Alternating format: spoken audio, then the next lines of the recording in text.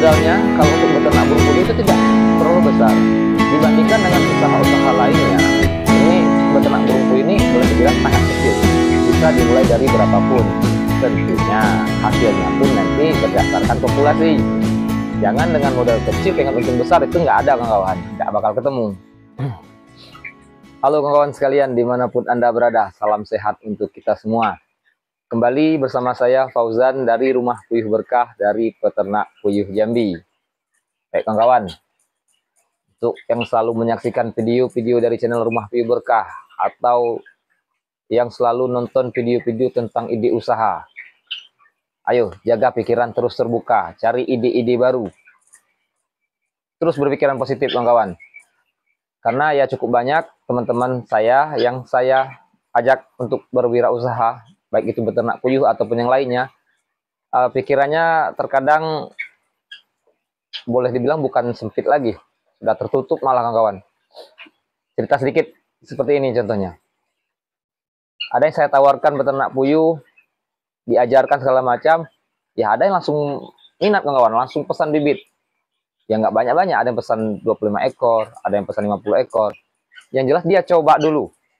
Ataupun tidak seperti itu, dia datang dulu ke kandang, lihat dulu prosesnya. Nah, yang saya bilang tadi pikirnya hampir tertutup ini, hampir tertutup ya kita bilang ya. Jadi gini, saya tawarkan untuk beternak puyuh, saya bilang nanti pakan ya bisa saya bantu dari saya. Penjualan telur bisa saya bantu, nanti saya bantu.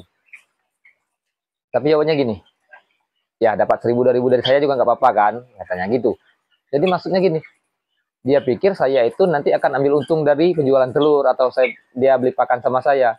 Nah ini kawan-kawan, kadang pikiran seperti ini sudah tertutup duluan. Ya maksud saya seperti ini, kalau untuk beli pakan tadi kan kalau belinya 1 sak 2 sak kan ya lumayan, pakai motor capek bolak-balik. Ya kalau kita rame-rame bisa pakai mobil sekaligus kan, ongkosnya bisa sekalian. Ya bayar sama-sama untuk BBM-nya. Kan gitu, saya juga terbantu, bukan ambil untung daripada saya jual pakan ke beliau. Sama juga telur, saya kan bawa telur tiap hari nih, masih posisi dalam kekurangan. Ya kalau ada yang bisa bantu saya, ada telur yang bisa saya bawa sekalian ke pasar, yang nggak perlu pakai ongkos lagi kawan, kan saya sekalian antar. Nah, jadi pikiran seperti itu tolong dihilangkan. Ya, untuk teman-teman sekalian yang mau belajar, ke siapapun, di daerah manapun, kalau mau belajar itu percaya saja sama yang mau ngajarin. Kalaupun setelah itu nanti ada keuntungan pribadi yang didapat oleh yang ngajarin, nggak usah dipikirin sampai ke situ kawan.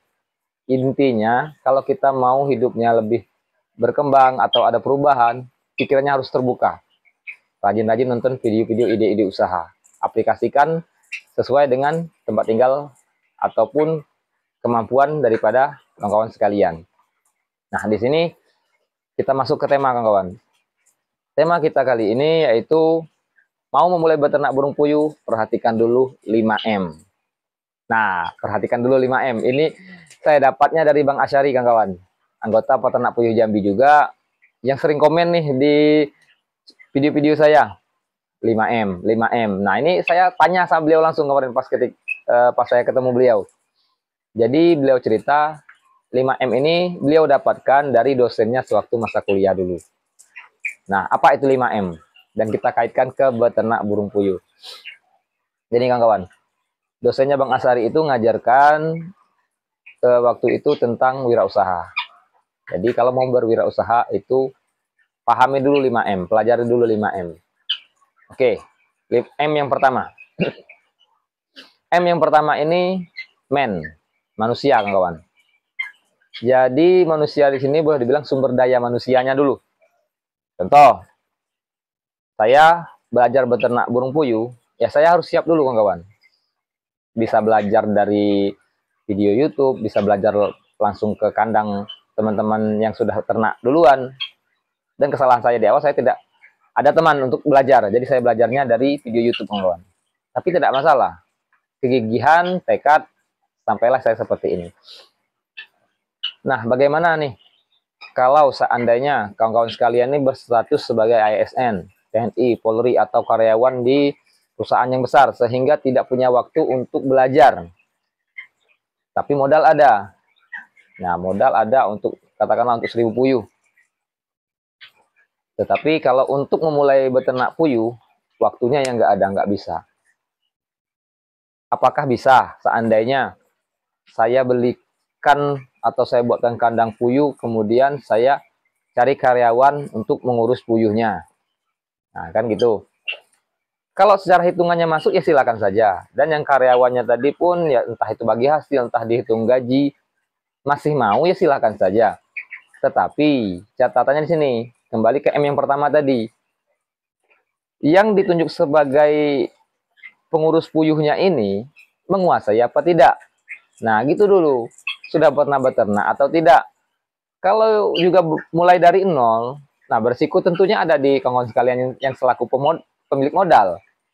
Ya kan?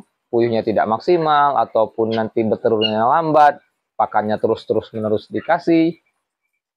Kan modal makin besar, hasil tidak maksimal, ya yang punya modal yang rugi. Tentunya seperti itu. Jadi bagaimana caranya kalau tetap mau memulai beternak puyuh, sedangkan saya sibuk nih dengan pekerjaannya? Ya boleh-boleh saja. Pelihara sekitar 20 atau 25 ekor seperti yang saya sarankan, satu kotak ini aja, satu kotak baterai. Tidak akan memakan waktu banyak, kawan. Waktunya bisa kapan saja. Fleksibel. Untuk belajar dulu. Atau yang mau yang mau ditunjuk sebagai pengurus puyuhnya ini, dimulainya juga dengan satu kotak ini saja dulu. Suruh dia belajar dulu, kawan. Nah, itu. Jangan buru-buru, langsung tiba-tiba buat rumahan puyuh atau kandang induk, kapasitas 2000, diisilah puyuhnya 1000 atau 2000, langsung pekerjakan pengurus kandang. Nah, belum tentu kalau dia tidak memiliki kemampuan untuk beternak burung puyuh ini tadi. Oke, itu M yang pertama. Harus diperhatikan baik-baik sumber daya manusianya. Oke, yang kedua. M yang kedua ini tentunya money, kawan. Modal. Nah, uang. Jadi namanya usaha tidak punya modal tidak mungkin. Hanya modal tenaga, ya tidak bisa juga. Kalau punya tenaga, tentu kita menjual jasa tenaga, entah jasa angkut barang atau segala macam, itu bisa. Atau jasa antar jemput anak sekolah, itu bisa. Kalau untuk beternak, ya tidak bisa. Kandangnya oke, kita bisa menggunakan kayu-kayu bekas. Tempat pakan bisa menggunakan botol, yang seperti di video saya sebelumnya. Tempat minumnya juga bisa menggunakan botol. Tetapi bibit puyuhnya ini harus beli, kawan-kawan. Tidak bisa juga minta sama orang. Atau nangkap puyuh liar itu kita pelihara juga tidak bisa. Berbeda itu. Jadi tetap butuh modal. Modalnya kalau untuk beternak burung puyuh itu tidak terlalu besar. Dibandingkan dengan usaha-usaha lainnya. Ini beternak burung puyuh ini boleh dibilang sangat kecil. Bisa dimulai dari berapapun. Tentunya hasilnya pun nanti berdasarkan populasi. Jangan dengan modal kecil pengen untung besar, itu nggak ada, kawan. Nggak bakal ketemu. Jadi ketika sudah dapat ilmunya, sudah dapat pasarnya, ya baru di-up. Populasi yang aman itu ya di atas 1000. Seperti di sini sekarang ini populasinya 2900 nih, kawan. Hampir 3000. Ini sudah bisa aman, sudah bisa pemasukannya sudah stabil tiap bulan. Dan regenerasi pun bisa diatur. Oke, tentunya modal. Nah, setelah sumber daya manusianya ada, modal harus ada. Berapa? Kalau di video saya sebelumnya sudah saya sampaikan, 500.000 saja sudah cukup untuk belajar beternak burung puyuh. Oke, lanjut M yang ketiga. M yang ketiga ini metode. Cara, kawan. Nah, caranya tadi, cara merawat puyuhnya, cara memasarkannya.